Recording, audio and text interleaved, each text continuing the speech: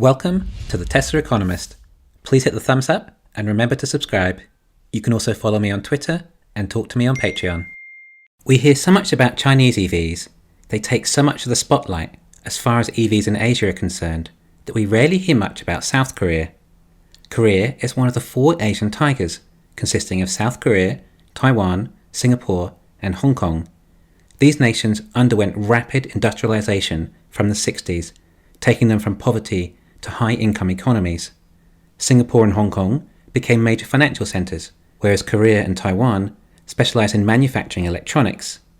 Their economic successes have served as role models for other developing nations, particularly in Southeast Asia. Industrialising a nation may seem like a simple task you can just throw money at, but in practice it is rarely achieved, hence the impressiveness of the Asian tigers. Now, modern-day South Korea is thriving, especially when compared to its antiquated neighbour, North Korea. Using free market economies, the nation has grown such corporations as Samsung and LG into the successes they are today. In addition to that, the Koreans have also carved out a successful automotive market for themselves too. Hyundai and their subsidiary KIA offer low-cost autos that come with a similar level of European features at a competitive price point. However, Hyundai has now become one of the largest sellers of EVs in the world. The electric Hyundai Kona is one of the biggest selling EV models globally, far more than any other Chinese EV manufacturer, save the Wuling death trap, which shouldn't really be included in this analysis anyway. So why are we continually hearing about Chinese EVs are going to compete against Tesla? China barely even has a successfully established auto business. The cars we see come out of there are hideous, like Great Wall and Haval. I really don't understand why people buy such ugly cars. If you can't afford a nice new car, then get a nice used car. That's my thinking. But anyway, Korea do have a much more successfully established legacy ICE business than China, and they have much better selling EVs already too. Korean cars are often overlooked too when discussing legacy autos, as Volkswagen, GM and Ford like to absorb so much of the limelight. Korea is often neglected. Now, in the US, you can buy a Kona Electric for just $37,390, and you can even still benefit from the federal tax credit, reducing a further $7,500. It also comes with 250 miles of range. Compare that to the Model Y standard range, which did cost $42,000 with only 244 miles of range. Although Hyundai uses a 64 kilowatt-hour battery to achieve that, compared to Tesla's 50 kilowatt-hour battery. I did some research, but I couldn't find whether Hyundai are using LFP batteries or not. I even rang Hyundai, but they just said lithium-ion batteries, which wasn't overly helpful. But CATL were supplying Hyundai batteries, and at this price point, and the range per kilowatt-hour, I think we can assume that Hyundai was smart enough to go with LFP batteries. This does, however, mean that Hyundai will unlikely be able to ever have much more range than this, unless they move to a nickel-based cathode chemistry, but that would raise the price too much, meaning Hyundai would struggle to compete. Therefore, I think Hyundai will always be limited on range, until they can secure batteries with similar chemistry as Tesla's 4680s, which doesn't exist outside of Tesla. Therefore, it's likely Hyundai would not be as successful in America as perhaps Europe, where range is not as important. However, Teslas do come with a lot more standard equipment when compared to Hyundai. Although the Kona starts at $37,000, well, you kind of get what you pay for. If you were to upgrade to what Tesla offers as standard, then you're actually paying over $45,000 for the ultimate version. Of course, it still doesn't come close to the features Tesla offer, which actually makes the Model Y significantly better value. But for the consumers that cannot afford a Model Y and really want an EV, and are willing to make do without many modern-day automotive features, then they have a price point that they can now afford. Of course, in the US, there is the additional $7,500 off for the tax credit too. Tesla still obviously win on 0 to 60 time, as always. The Kona comes in at 6.2 seconds, which, in all honesty, is good enough for most drivers, at least when compared to ICE vehicles. Tesla's drivetrain and motors are just such a league ahead that they always dominate on performance. But really, most drivers don't need to go 0 to 60 under 3 or 4 seconds, do they? Well, no, they don't. Or at least when it comes to driving, it's not essential. But what about safety?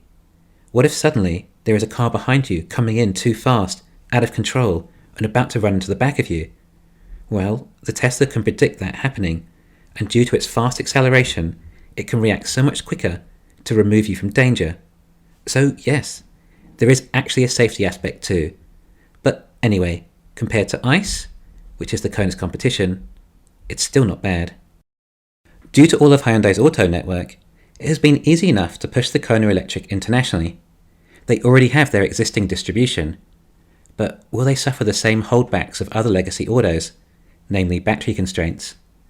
Well, one of the largest battery manufacturers in the world happens to be in Korea, LG Energy, which surely can't hurt.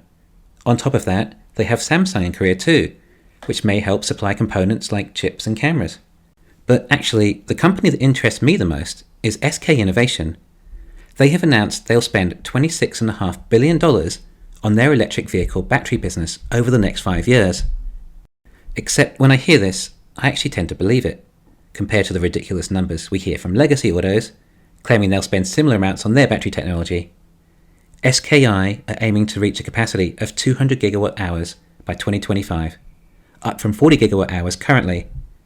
Despite legal issues with LG over intellectual property, they still have big ambitions to grow as a top 3 global battery producer. They're even teaming up with Ford to build battery factories with them, whereas GM went with LG. So 200 gigawatt hours by 2025, going full out, spending over $25 billion, starting from their existing 40 gigawatt hour a year base. But we have Tesla claiming they can achieve half that next year, starting from 0 gigawatt hours in-house. So why can Tesla ramp up their batteries that much faster than an experienced battery manufacturer throwing $25 billion into the growth? Yeah, remember Battery Day? All those amazing new processes Tesla created? Well, I'll just remind you one more time. The dry slurry electrode process requires about 1/10 the factory space. That could somewhat be inferred as perhaps 1/10 the factory cost too. And then, even when SK are producing batteries from these bloated factories, well, the whole manufacturing process is also going to be significantly slower than Tesla, due to the batteries likely not being tabless. Yes, Tesla's batteries have many other advantages too, but I'm just talking in manufacturing context here. But it sounds like Hyundai will move over to SKI from CATL for their battery supply, which likely makes sense. If Hyundai sold around 3 million EVs a year, then they would need about 200 gigawatt hours a year of batteries. So if SKI was a monopsony to Hyundai, then by 2025, Hyundai would just about have enough batteries to transition fully to EVs, with sales of over 3 million vehicles a year. Of course, assuming they had worked out how to ramp up EVs to mass-scale production, something that only Tesla has achieved thus far. Oh, and of course, SKI will sell batteries to a lot of other auto companies other than just Hyundai.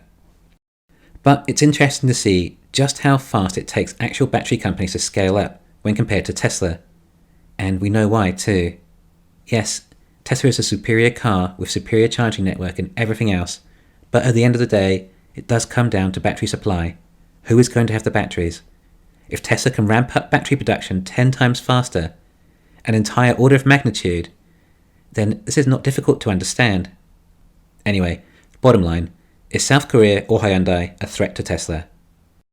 Well, they will struggle with battery supply, and they offer an inferior car for value for money when compared to a Tesla, but they might be a suitable alternative for some consumers in lieu of an ICE Hyundai perhaps.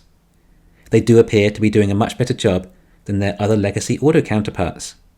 I would therefore place a higher percentage of survival over Hyundai than I would most of the others. But Tesla cannot serve everyone, and remember, EVs are still only 2% of the auto industry. When we see mass market consumer adoption for EVs, there will not be enough Teslas to go around, and consumers will have no choice other than to buy an alternative EV, unless they want to wait for a Tesla or pay a premium for one on the used market. CATL, SKI, LG and Panasonic are all doubling down on their battery production too. Sure, some of their batteries will be used in Teslas, but a lot of them will be sold to the other EV manufacturers. At this stage, it would appear that Hyundai may be one of those manufacturers that may be a serious contender in the EV market, but it will be difficult for Hyundai to improve range without entering a higher price point due to the limitations with LFP batteries.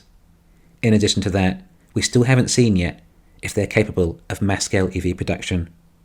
Of course, don't forget Hyundai also have to pay for advertising and dealers out of likely slim profit margins too, which really does make it tough for legacy autos to transition profitably to EVs.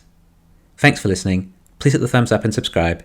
You can also follow me on Twitter and talk to me on Patreon.